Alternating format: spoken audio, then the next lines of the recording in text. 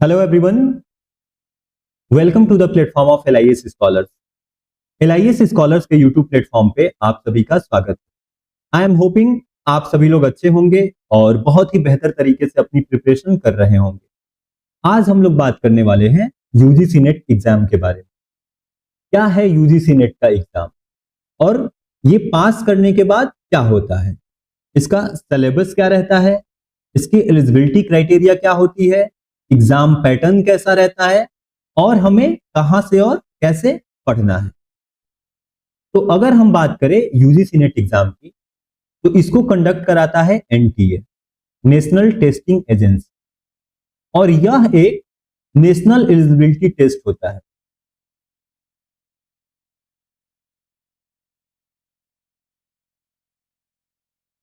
For assistant professor and JRA.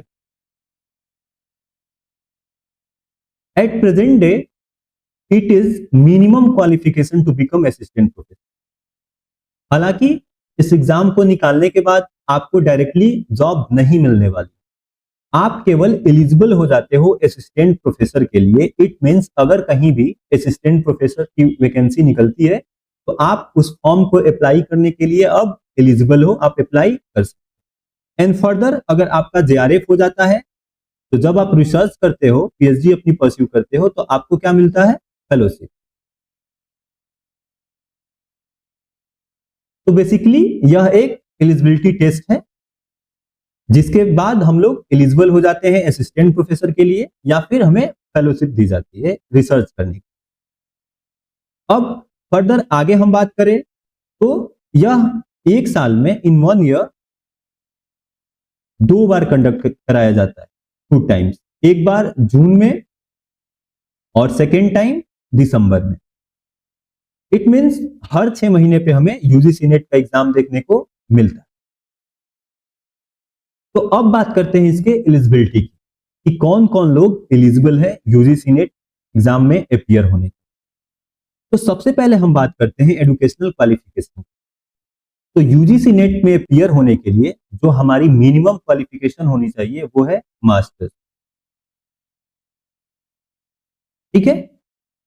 या तो आप अभी मास्टर्स परस्यू कर रहे हो या फिर आप मास्टर कंप्लीट कर चुके हो। इन दोनों केस में आप एग्जाम में अपियर हो सकते हो, एग्जाम दे सकते हो। कंडीशन ये है कि मास्टर्स में आपके 55% मार्क्स होने चाहिए और अनरिजर्व कैटेगरी, जो अनरिजर्व कैटेगरी होती है उसके लिए।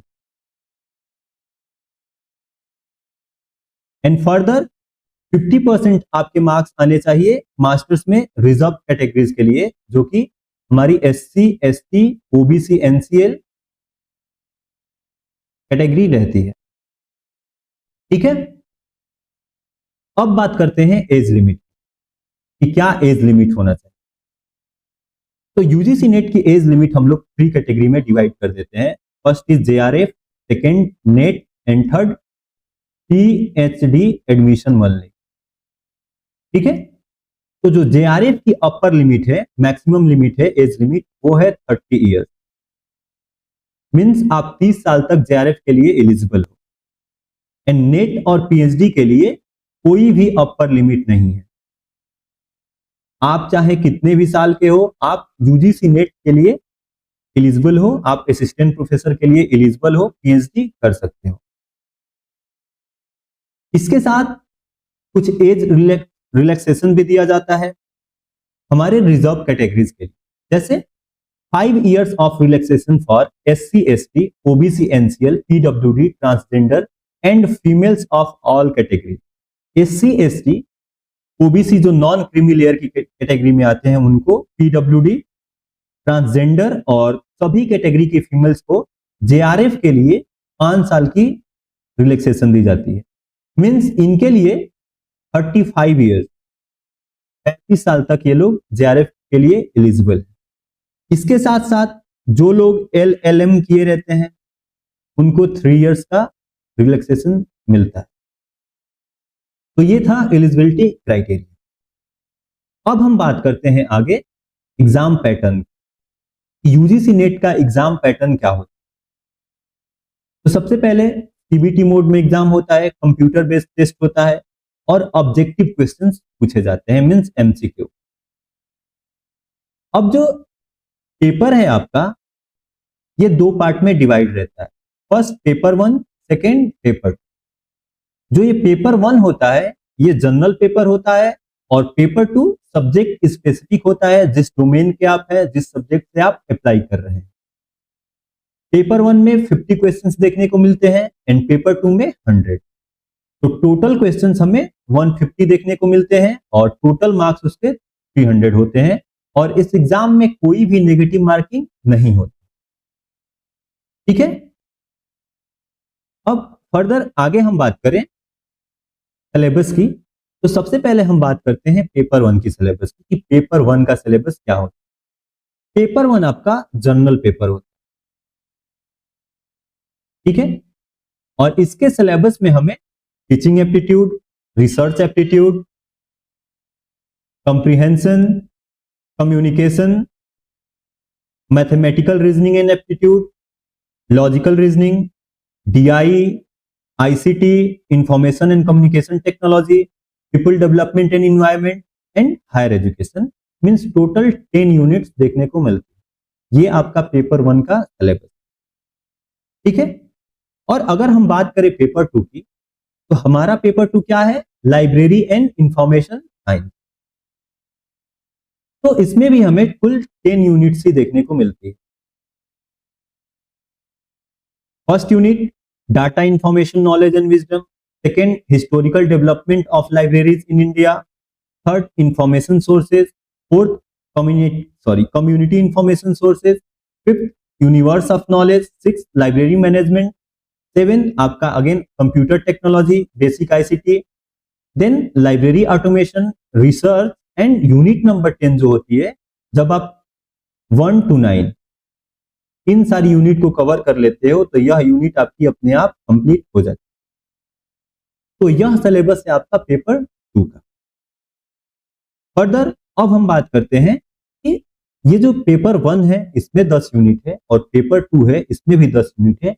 इनमें से मोस्ट इंपॉर्टेंट यूनिट क्या रहता है? तो जो मोस्ट इंपॉर्टेंट यूनिट है पेपर वन की और पेपर टू की, आप इनको अगर अच्छे से कर लेते हो, एटलीस्ट सिर्फ इन यूनिट्स को, तो आपका यूजीसी नेट इजिली क्लियर हो जाएगा।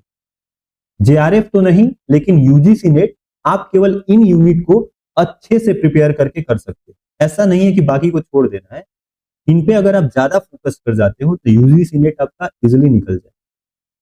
तो पेपर वन की मोस्ट इंपॉर्टेंट जो यूनिट है वो है teaching aptitude, research aptitude, ICT, DI, people development and environment, higher education, ठीक है। तो टोटल ये 6 यूनिट जो है यह वेरी वेरी इंपॉर्टेंट है। और ऐसे ही पेपर टू में data information knowledge and wisdom, research aptitude, information sources, universe of knowledge, historical development of libraries in India and library automation. तो इसकी भी ये 6 यूनिट्स हैं जो मोस्ट इंपॉर्टेंट। तो अगर आप पेपर वन की इन 6 यूनिट्स को अच्छे से प्रिपेयर कर लेते हो और पेपर टू की इन 6 यूनिट्स की, तो आपका यूजीसी नेट का एग्जाम इजिली क्लियर हो जाएगा। इसके साथ आपको कॉम्प्रिहेंशन दोनों में कॉमन देखने को मिलेगा, तो ये तो सबसे इजी यही रहता है, ठीक है। यहाँ आपको 5 क्वेश्चंस कॉम्प्रिहेंशन के मिलते हैं और यहाँ 2 कॉम्प्रिहेंशन आते हैं तो उससे 10 क्वेश्चन, ठीक है। तो ये मोस्ट इंपॉर्टेंट यूनिट है, इनको आप अच्छे से करोगे, यूजीसी नेट आपका कोई नहीं रोक। और इसके अलावा हमारा जो सब्जेक्ट है लाइब्रेरी इंफॉर्मेशन साइंस, इसमें हमें कुछ कॉमन यूनिट्स देखने को मिलती है पेपर वन में भी और पेपर टू में भी। जैसे research aptitude, research aptitude paper one में भी हमें देखने को मिलेगा और पेपर टू में भी। देन आपका आईसीटी यहां भी देखने को मिलेगा और पेपर टू में भी देखने को मिलेगा। देन कम्युनिकेशन, एक यूनिट होती है पेपर वन की कम्युनिकेशन, वो आपको पेपर वन में भी देखने को मिलती है और हमारे पेपर टू का जो फर्स्ट यूनिट है data information knowledge and wisdom, उसमें भी हमें कम्युनिकेशन देखने को मिलता है। तो ये कुछ इंपॉर्टेंट यूनिट।